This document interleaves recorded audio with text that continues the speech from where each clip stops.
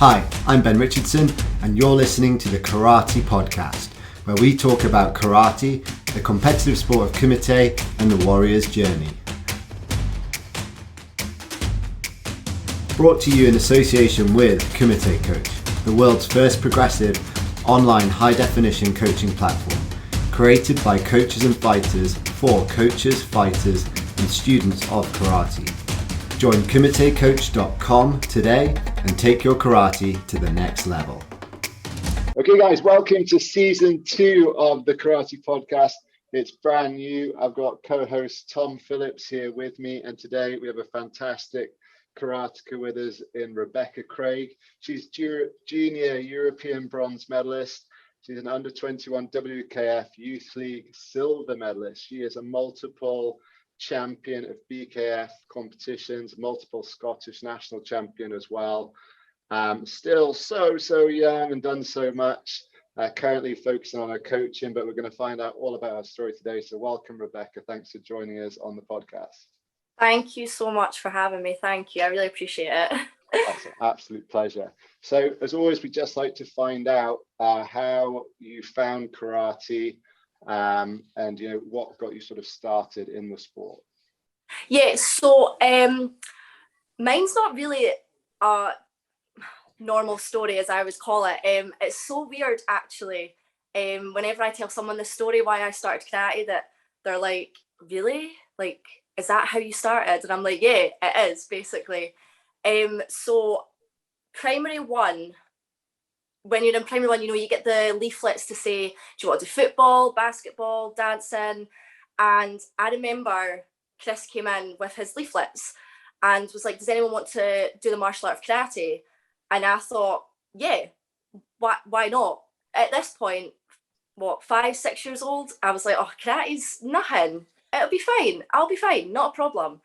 And nobody took a leaflet because I think they just didn't understand what karate was. Whereas I was a very greedy child. I was like, I want to do football, dancing, basketball. I want to do it all. I want to be the best. I just wanted to. And I remember I signed up for it and I went home and I showed my mum and dad the leaflet, and we still have the leaflet to this day. It's still in my my folder with all my grading certificates. It's an important memento for us. And I showed the leaflet to my mum and dad, and they were, nope, you're not doing it. I'm sorry. And I was like, but why can't I do karate? Like, I want to do it.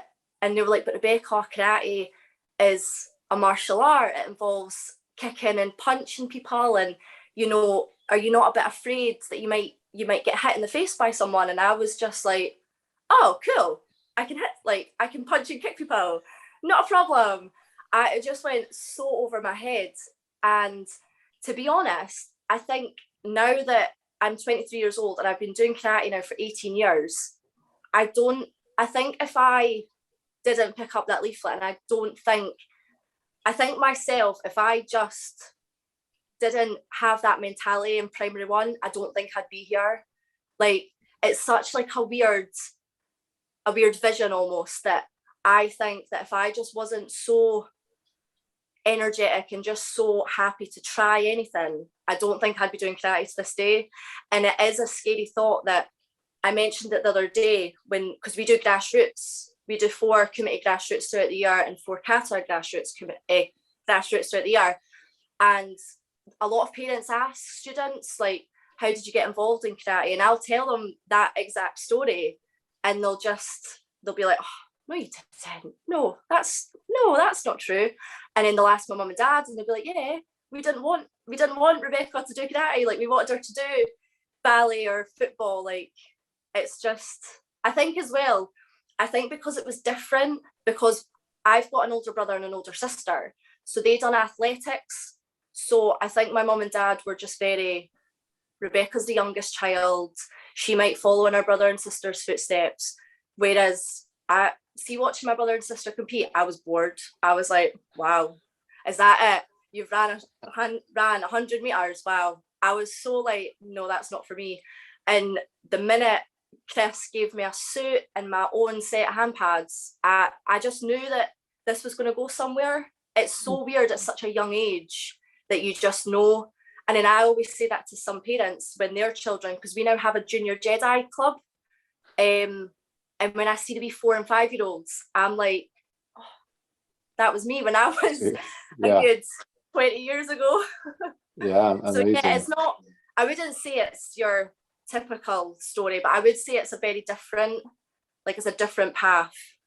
Or different I will say, like my mum and dad said exactly the same thing about karate. So I know, and I it's so scary.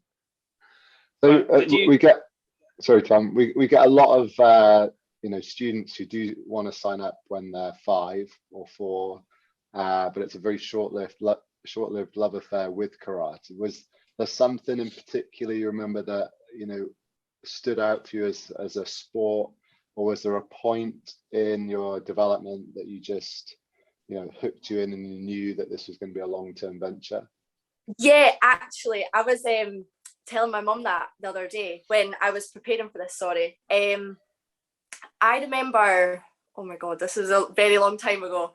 I think it was maybe like my second competition, and obviously when you do your first or second competition, you have no idea what's going on, and neither my mum and dad didn't know what was going on either, so they just sat and watched and were like, oh, you were amazing, you were brilliant, whereas I was sitting crying my eyes out because got put out first round, end of the world. And I remember clear as day, I done my kata, I came second, and obviously when you're little, second wasn't good enough, like, oh, I needed that first, and I remember my mum and dad were like, oh my god, that's your second competition and you won a medal, like that's amazing. They gave me a 5R, and I was like, no, it's not good enough. I wanted that 10R, like you just wanted the little motivation.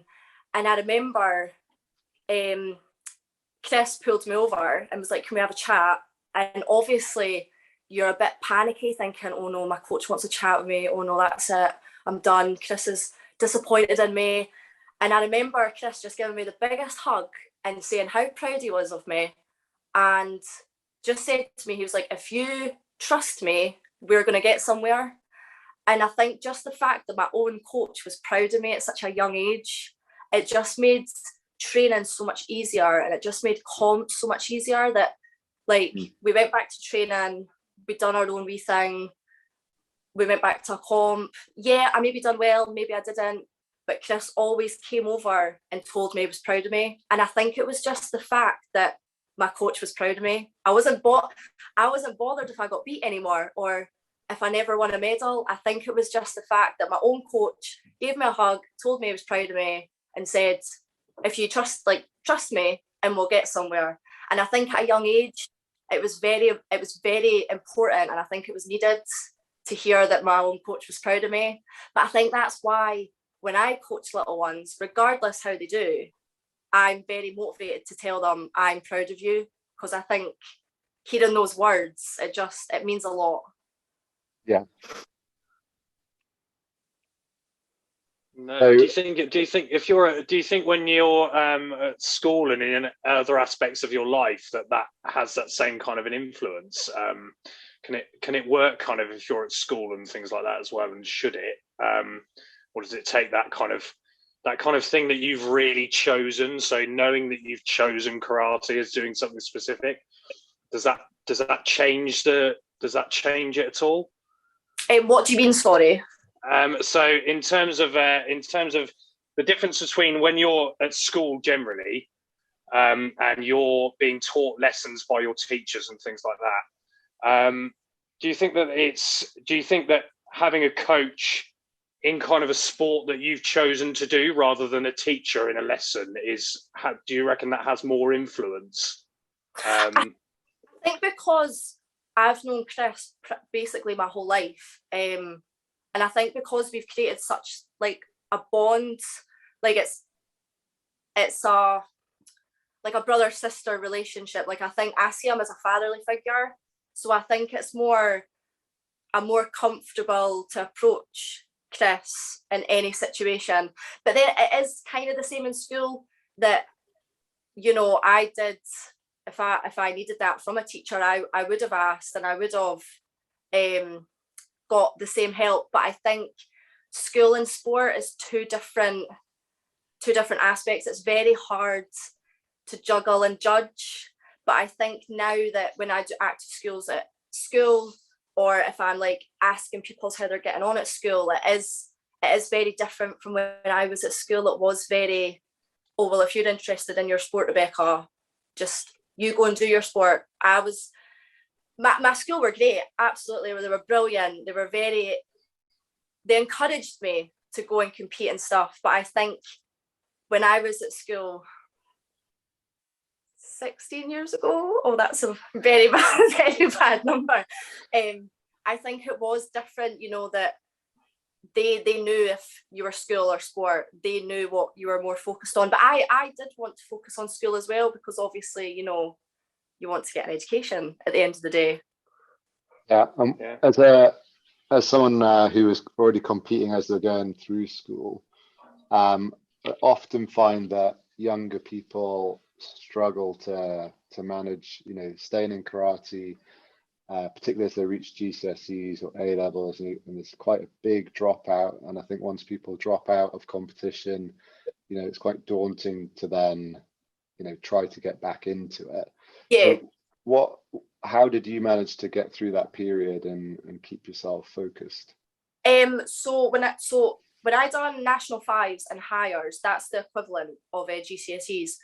I straight away just told Chris that these are my exam dates.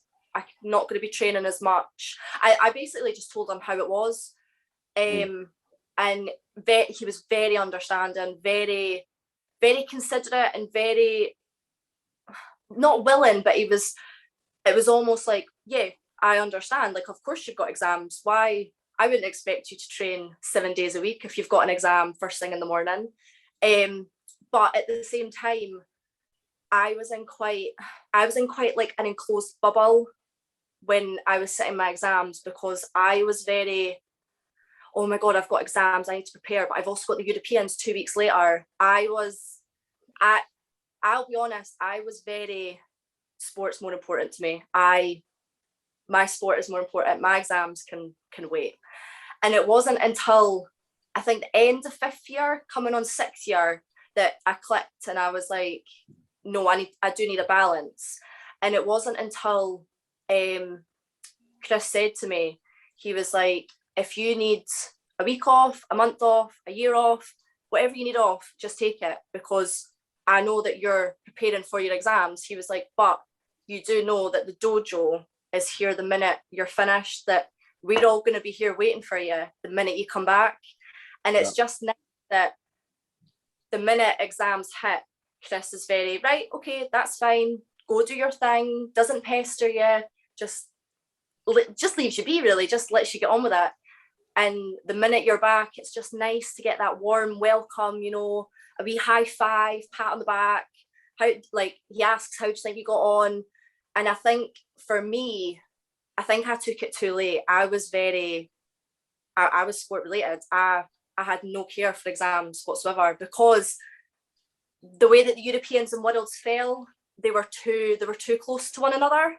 So I was sitting exams whilst training for European Championships, and then flying out to Europeans and coming home and sitting my exam the next day. I was just so passionate and so determined to get all these success. And then when I'd come back, like, we went to Russia in 2018, coming back 5th, you know, just missing out on that bronze medal again, to then come back and sit my exam. I was like, I came 5th. No, it does knock you. And I would say it is very hard to balance it. Yeah. But I think as well, it's how you choose to balance it, because from my own experience, I do tell all the children, like, not children, but I do tell all the kids that are sitting exams, I will say to them, don't come to training on Tuesday, you've got an exam on the Wednesday. And they're like, oh, but I might get moaned at. And I'm like, no, don't follow in my footsteps. Don't think that, you know, you need to train for a competition that's 5 months down the line. You know, that your education is important, but obviously your training is still important. But, you know, your your coach understands, and Chris does understand. And I know that some people do think, oh, Chris is a big scary guy, you know, oh, he's a bit, he's a big dude apart from anything else. Yeah. Good think that, but I say to parents all the time, I'm like, Chris is the most understanding person in the world. If I've got a problem, I phone him and he'll be like, oh, okay, Becca, that's fine. And I'm like, there you go, that's it, piece of cake. So one of the things I wanted to ask, because obviously you've been part of Chris Ewing's Karate Academy for a long time, and it's it's one of those clubs that everyone knows, you know, the name Chris Ewing Karate. You know, there's always a group of Chris Ewing Karate at, you know, any competition. Any comp, yeah. Plus loads of them. And, you know, it's a very successful competitive group.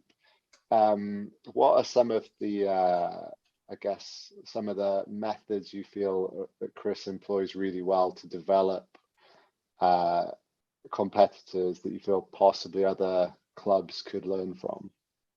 I think it's the way, it's not just the way that he coaches, but I think it's the way that he brings the club together. And I know that every club out there will say, oh, we're one big happy family, but everyone has their fallouts, and there's going to be times that everyone loves each other and then everyone hates each other. But I think the way that Chris coaches the club is, if he knows he's got the junior Jedis, he knows how to change his tone of voice or how to coach in a manner that makes it so easy for them.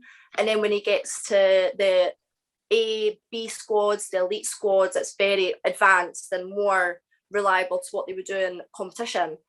But I think it's more, Chris goes, every coach will say, every pupil, will say their coach goes above and beyond. But I do believe Chris goes above and beyond, that he will spend his mornings planning his sessions. He'll come in with his notepad, the whole booklet filled, and he'll be like, no, we're not doing this one today. No, we'll do this one. And Chris over plans, you know, and I think we all do. I over plan when I take sessions, because it's my biggest fear that, oh, what if a child doesn't like my drill? Like that one child. Yeah.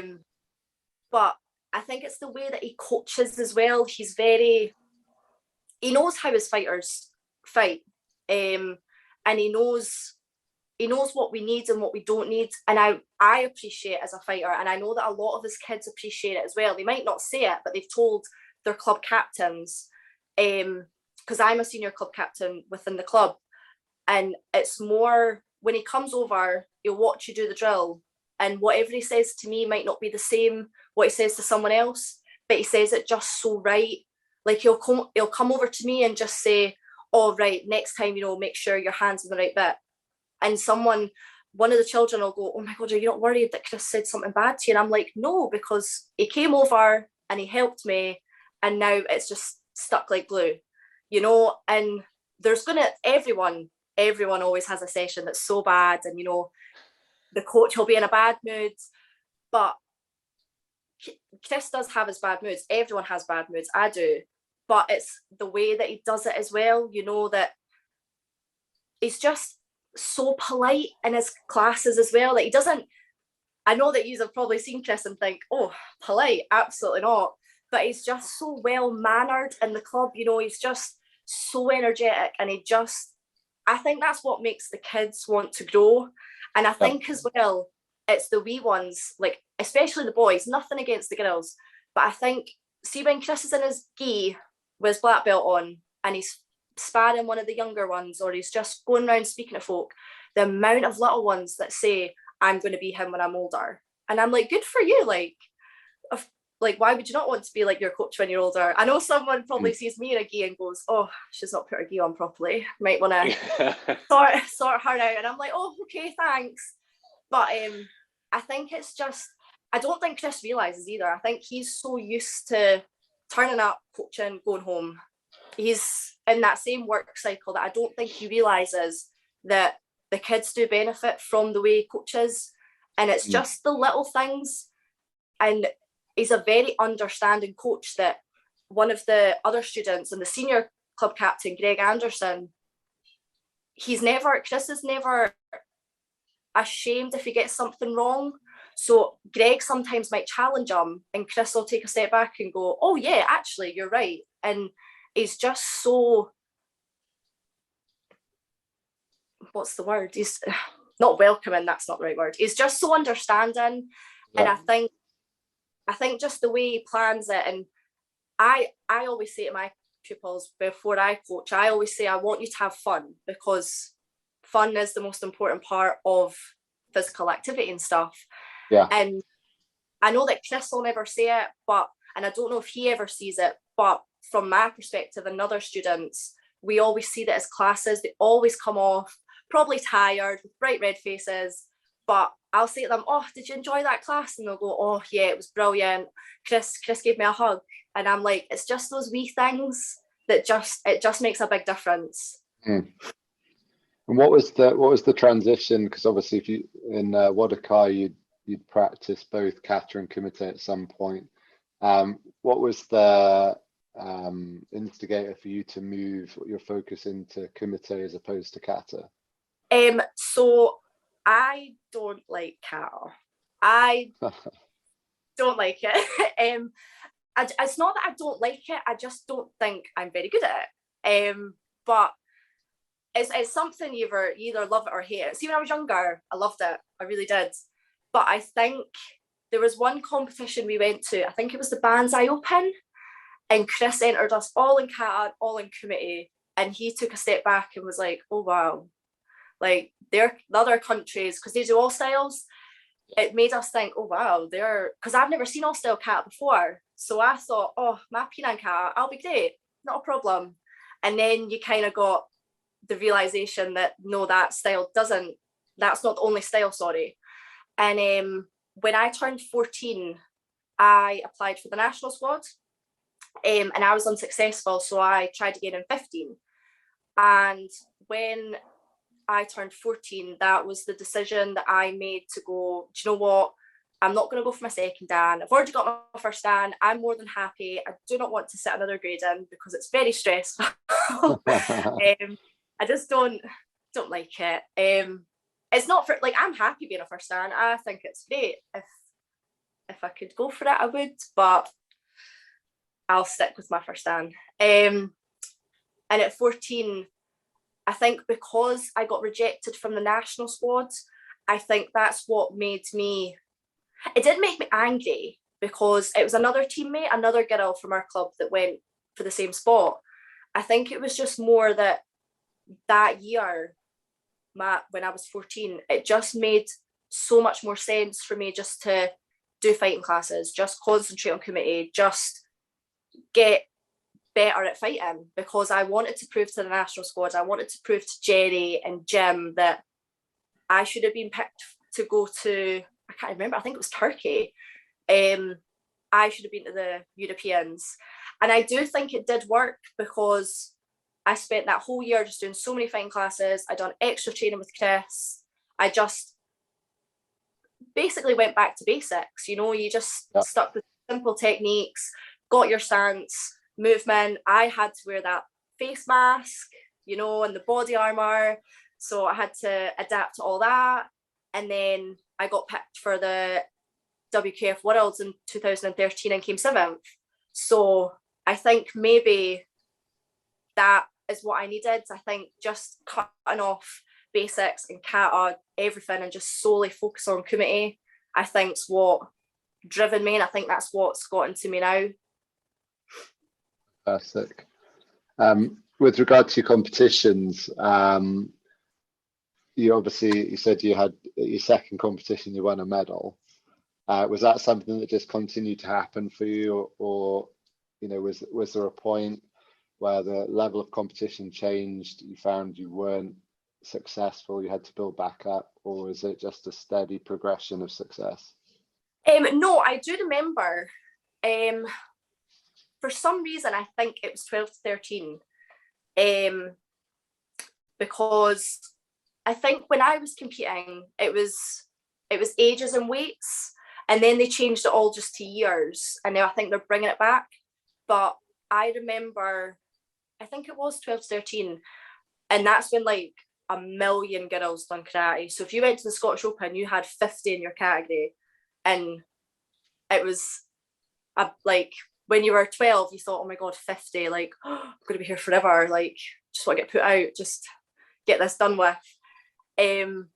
But I think it was the 10 to 11, 12 to 13, I think I just started to dip, because when you're 13, especially for the Scotland national squad, when the coaches know that you're 13, they watch you, because you're going to turn 14, and then you're going to then apply for the national squad and all of that. Yeah. And because I was a year behind all the girls, so like there was a big group of girls from our club that were 13, but I was 12.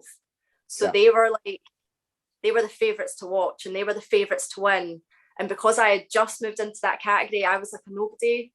So I had to watch all of them be successful and win. And maybe I won a round. I think that was it, actually. I think I just won a round, no medals, nothing. And at 12, I think back then, 12 to 13, you didn't understand winning or losing. You had your cry and you got on with it. That was pretty much it. Whereas I think once I turned 13, and then it was my turn to get watched, and then I seen the other girls that were 12, just turning 12, you did notice that age is a big factor. But I do remember, I think it was junior, 16 to 17, I slipped again. And I think it was because I fought in the wrong weight categories growing up, because for the national team, they just want to take every category. It's the same in every country. They just want to take every category and hope that they win every medal.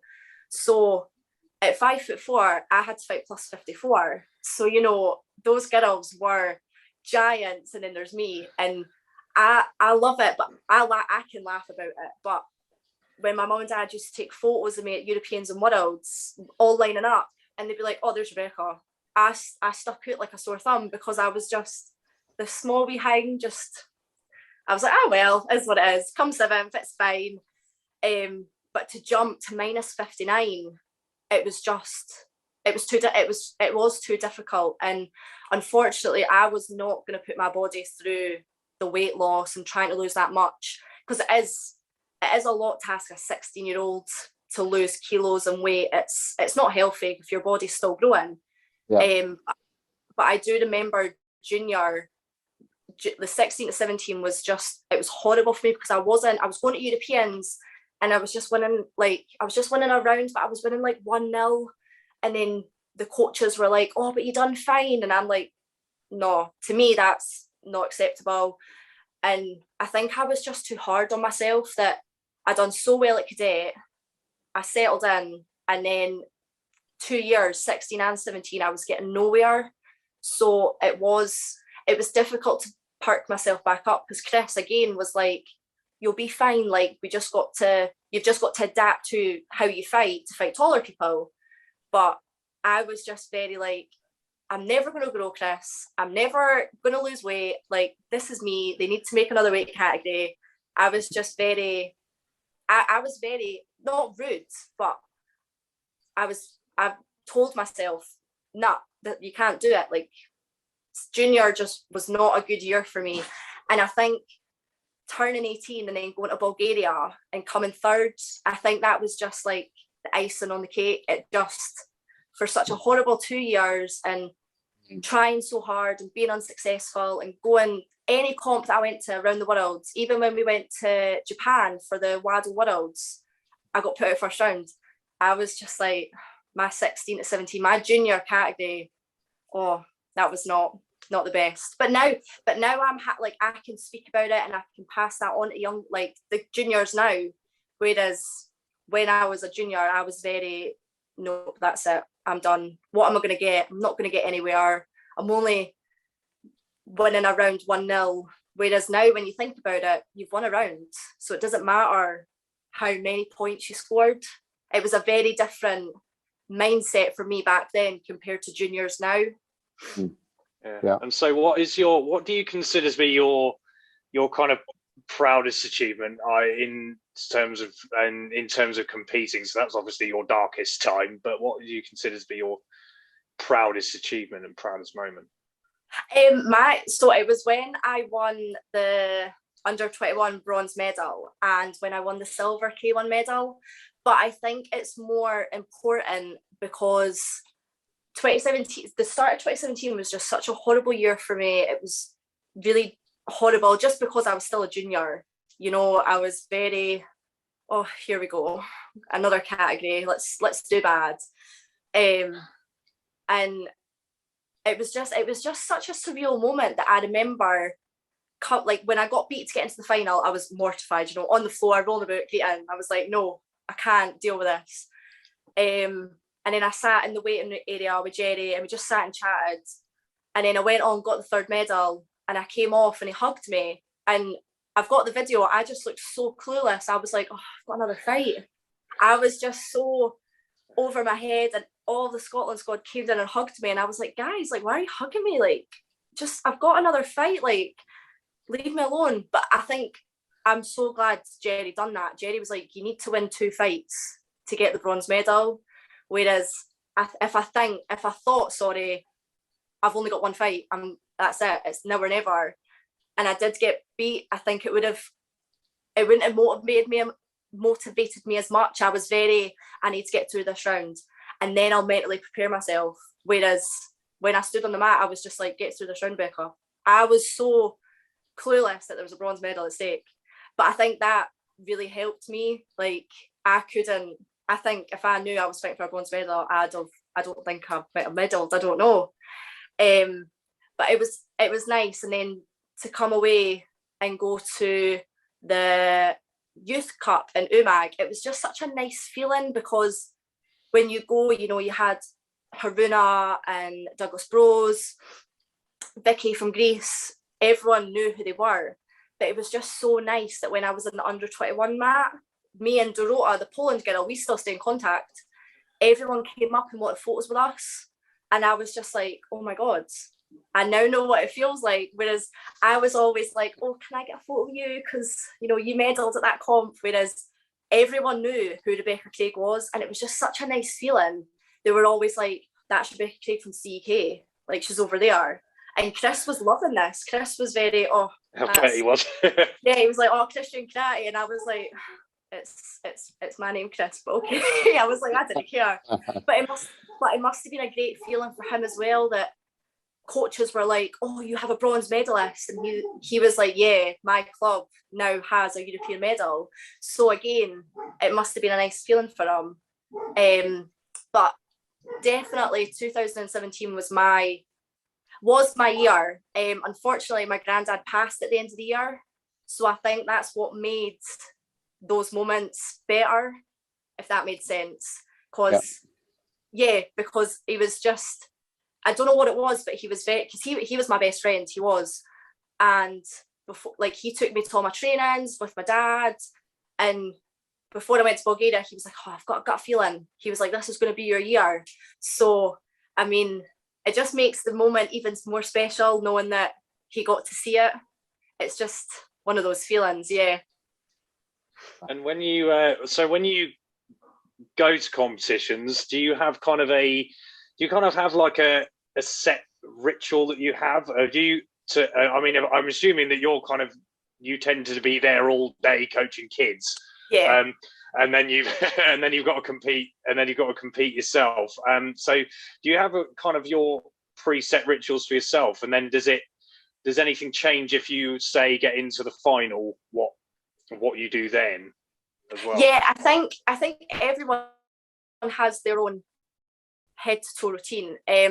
Mine's is very, very OCD. Like, if one thing's out of place, I've lost already. I don't know what it is. I think since being 14 and being in the national squad, I've had to do it, and it's shown me success because, like, I've won. But you know, it's all, I do everything left to right. So I always have to put all my left stuff on, then my right stuff. My hair has to be a certain way. And I always have to do the same warm up. But I say to Chris, I'm like, oh, if we're coaching, I'll say 4 o'clock, I'm gone. And Chris will understand. He's like, oh, Rebecca needs her 2-hour warm up. But it's not it's not just for that. I think it is just because you're so used to having a set routine. It was like our first comp after COVID was Penrith. And the night before, I was sitting stressing because I hadn't done my routine for 2 years, that I was like, what if it doesn't work? What if it doesn't go ahead? And even my mum was like, you'll be fine, like it'll come back to you, don't worry. And I was sitting there going, nope, that's not right. I need to do this. My bag's not right. My suit isn't hung up. It was very, very OCD, but I am very, very particular on how I need to do it. It is, and if I'm not warmed up, like, you know yourself, if you're not warmed up fully, I know that I won't perform to my best. And then Chris will know as well, like if I'm sitting in the seat waiting and Chris will go, are you warmed up? And I'll go, no. And he'll be like, right, get up, let's go. Like it's like he knows as well, like he knows all his fighters that have got their own ritual, basically. And I do encourage my children, I do encourage the pupils to have a set routine. Like I say to the girls, I'm like, even if it's getting your hair 2 pleats in a ponytail or one, like it's just little things. I was like, it just gives you a confidence boost. And I think 3 or 4 girls now have to do it. And they'll say to me, they'll come to training and they'll go, oh, Rebecca, I didn't have my hair in a certain way and I got beat. And I'll be like, oh, well, you didn't do your wee routine, you know. I think it's very important. But I think as well, the older you get, the more it's easy to understand. Whereas if I was 12, you know, Chris would say, oh, go warm up. You would put your pads on and just be ready. You wouldn't even do a stretch or nothing. It is different than what it is like 10 years ago. Yeah, and so again, in if you get into the final, does that kind of have its own sort of set routine? Is that anything different, or I would say yeah. I personally, I like to visualize. So I went to college and university to do physical education, and they are courses. Sorry, they done a lot of courses on like visual decisions, how you prepare, like mentally, physically, emotionally. And I think I learned, I think it was in uni, they said something about like you visualize what you're going to do, and I've just stuck by it. And I wish I knew it sooner, because like at 14 years old, sitting waiting to compete at the European Championships, I would just sit in that chair and try not to be sick. I was just sitting there like, oh my God, there's a minute and 30 seconds left. I was like, oh my God, I can't do this. Whereas when I went to Bulgaria, I was so different. I was so calm, and I was just picturing what I was going to throw, what I was going to do.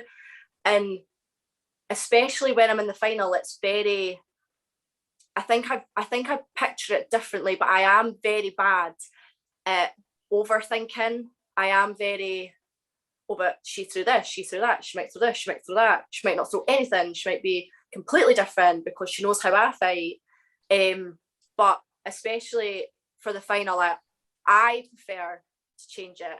But I think it just makes me feel more calm and more relaxed that, okay, that did work for the fights to get to the final, but in the final, I like to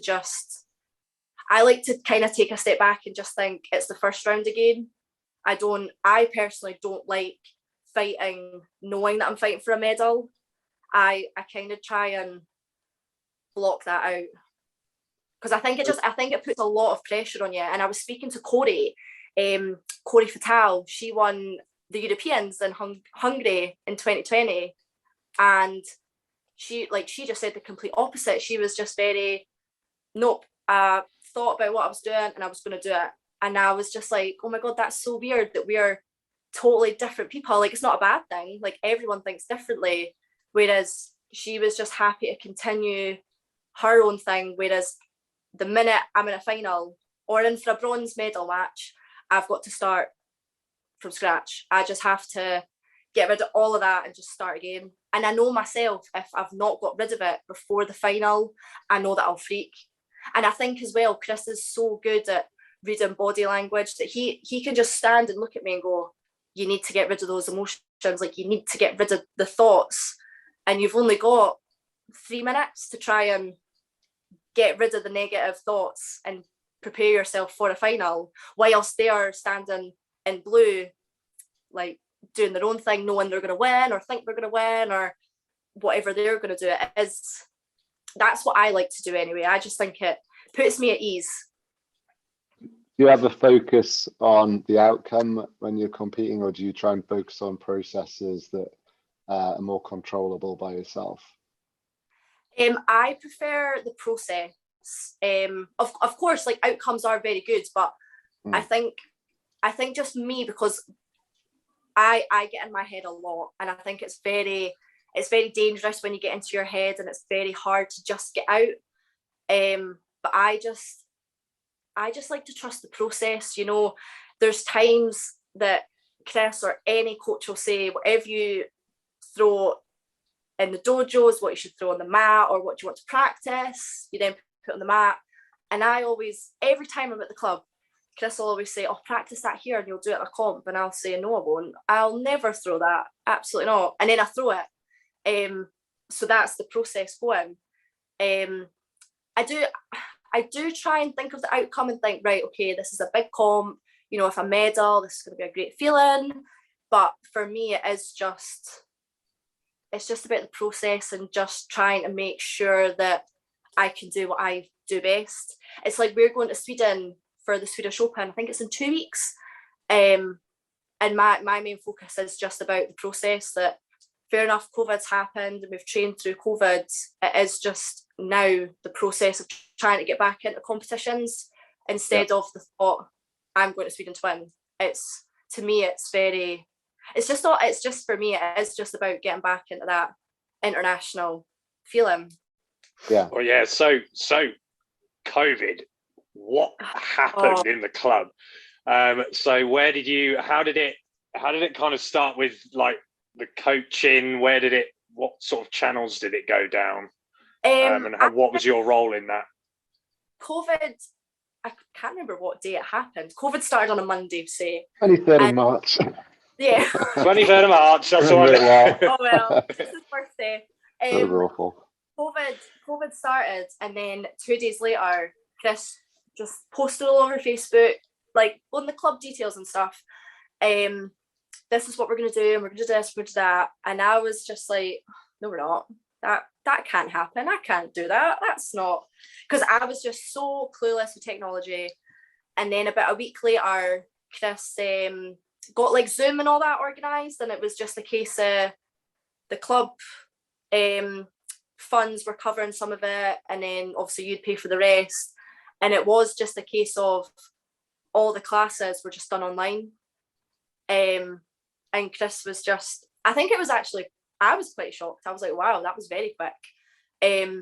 But it was a very good feeling that even though COVID happened, Chris didn't stop. Like, it wasn't, I know some clubs did struggle, because I did speak to a few of the other coaches, and they did say they did have to take some time out, and obviously not all the kids had the technology for it, but they were still doing their own thing. And I was like, no, that's understandable. Not everyone's got an iPad or a phone to use Zoom.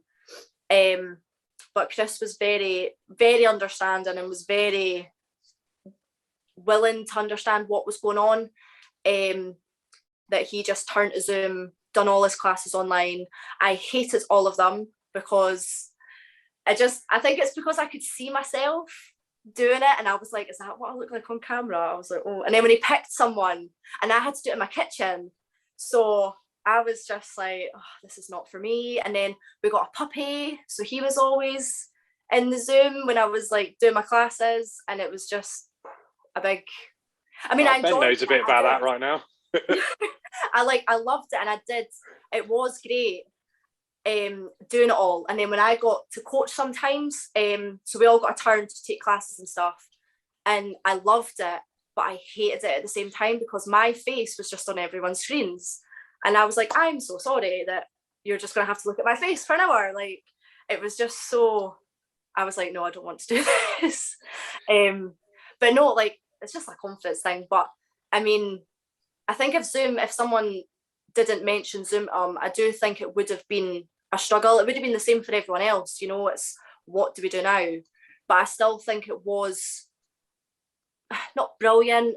That's not the right word. I do think it was overwhelming that Chris was able to still take his club and still do classes and one-to-ones and fitness and fighting all in the space of his own living room, and we're all in living rooms or kitchens. I do think it was a good thing, because I did say if I was in his shoes, I'd have probably been out of a job.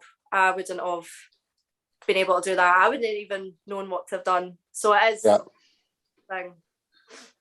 So as going from a fighter to a coach through COVID, what challenges are ahead of you now, and what goals do you have moving forward away from the pandemic? So my biggest challenge is work, because obviously I work full-time in care with NHS, so it is very hard to balance work and training. But my job is so understanding. They're brilliant. That if I've worked one Saturday, I get the next Saturday off. And the pupils are really understanding, that they know this is week 3, we don't get Rebecca. Like, they're so lovely to just know that I'm not lying in my bed sleeping, like I am at work and having to work. But it is an awkward topic, because it is, you know, everyone gets to that stage where, are you going to continue to fight? Are you going to drop out and do coaching? And a lot of parents have asked me, and I am no, I want to compete. I want to still travel the world and stuff, but you're now at an age where you've got work, commitments, money. It's not when you were 14 years old that mum and dad paid for everything and you got time off school. Because, you know, I do miss those days. I mean, I did say that to mum the other day. I was like, if I could be 14 again, that'd be brilliant. Because I thought when Chris would always say to us, oh, I'm taking you to Sweden, this is how much it was. I was like, oh, that's nothing. Mum, come on. Hey, Chris, I'm going. Whereas now I'm like, oh, can I get some overtime? But I love it. I mean, I love to coach. I mean, I wanted to be a PE teacher. So like coaching was always something that I was going to do, and I am very, very grateful that the kids at CEK appreciate me coaching them, and they are very, not rewarding, but I can see their success and their rewards through them winning medals. I mean, they were just at Penrith on Sunday, and they took a larger squad, but more of the newer students. And the fact that all of them came to training with their medals, just to show all the older ones, like, I got a bronze medal. And I'm just like, oh, that's such a nice feeling. And they're like, oh, I done that drill that you said, like 1, 2. And I'm just like, oh, you like my drill? And they're like, yeah, what you taught us. And it's just such a nice feeling to know that this, like, there's a wee girl that I coach, Ree Monroe, and she's just always, I do what you tell me to do. And I'm like, that you should, but it's cute in a way. But it's not to say that I will retire from fighting. I will get to a point that I will, but I still think if COVID wasn't here, I think it would be a different story. I still think I would be competing and traveling. It would be a lot easier. But even just getting to coach, like, I enjoy it so much, and I enjoy that you never get the same group. Chris is always like, right, do you want the new ones or the advanced, or do you want adults, or do you want this group or that group? And it is very, I do like to mix it up, because I don't think, I mean, you would know yourself if you got bored of the same person all the time, that you would want to mix up.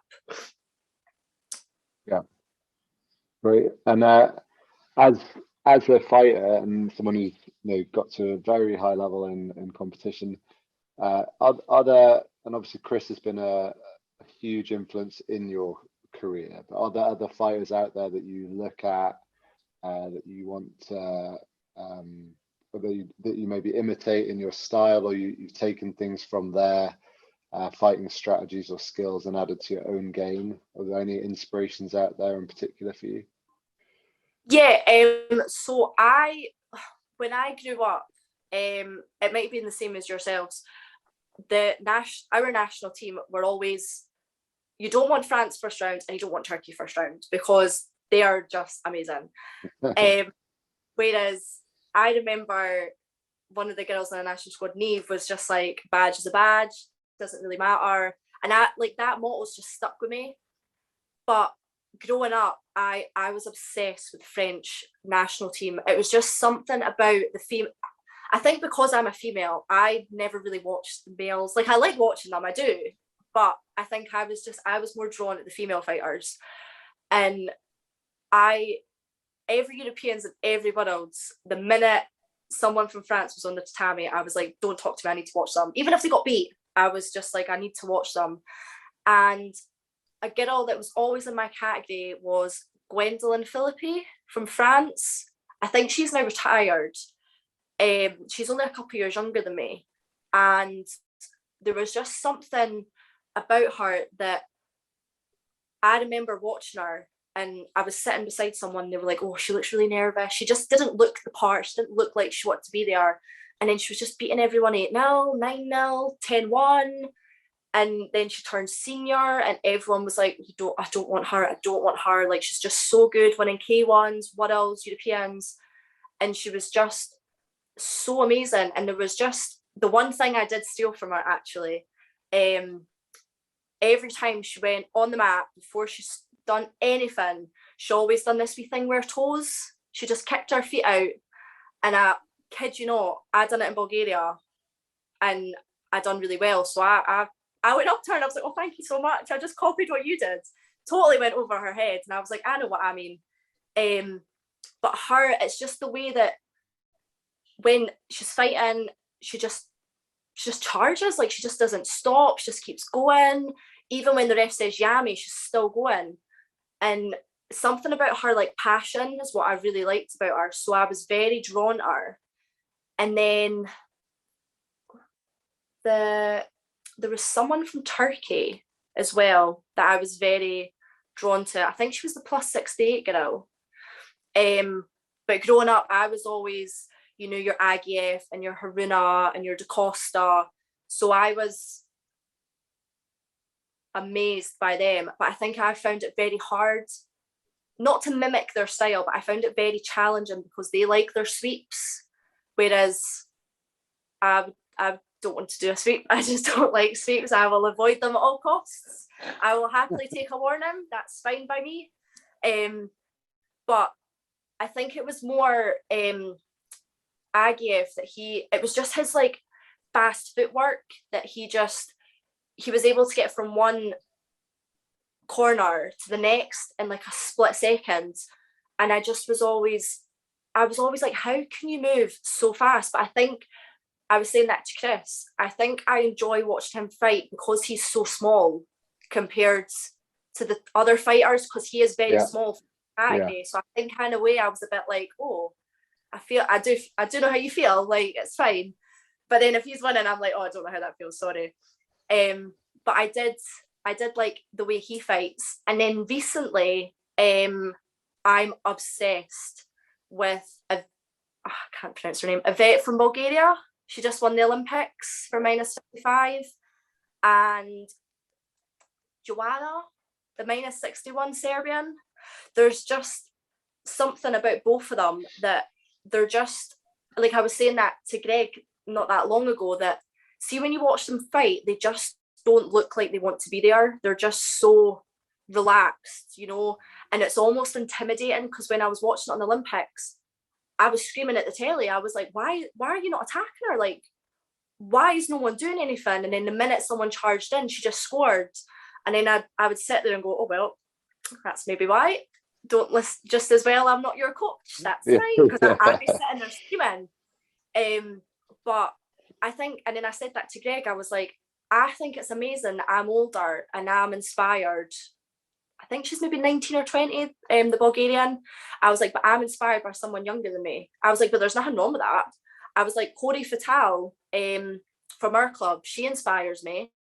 I was like, there is so many. But if I did have to pick someone, I would say Agiev. It's just because he was the one that I've watched for such a long time, and he was someone that I knew, because he is a very popular, well-known name. But when I was competing, he was the one to watch out for. Whereas now you've got all these brand new names, which I think is brilliant. I think it's amazing.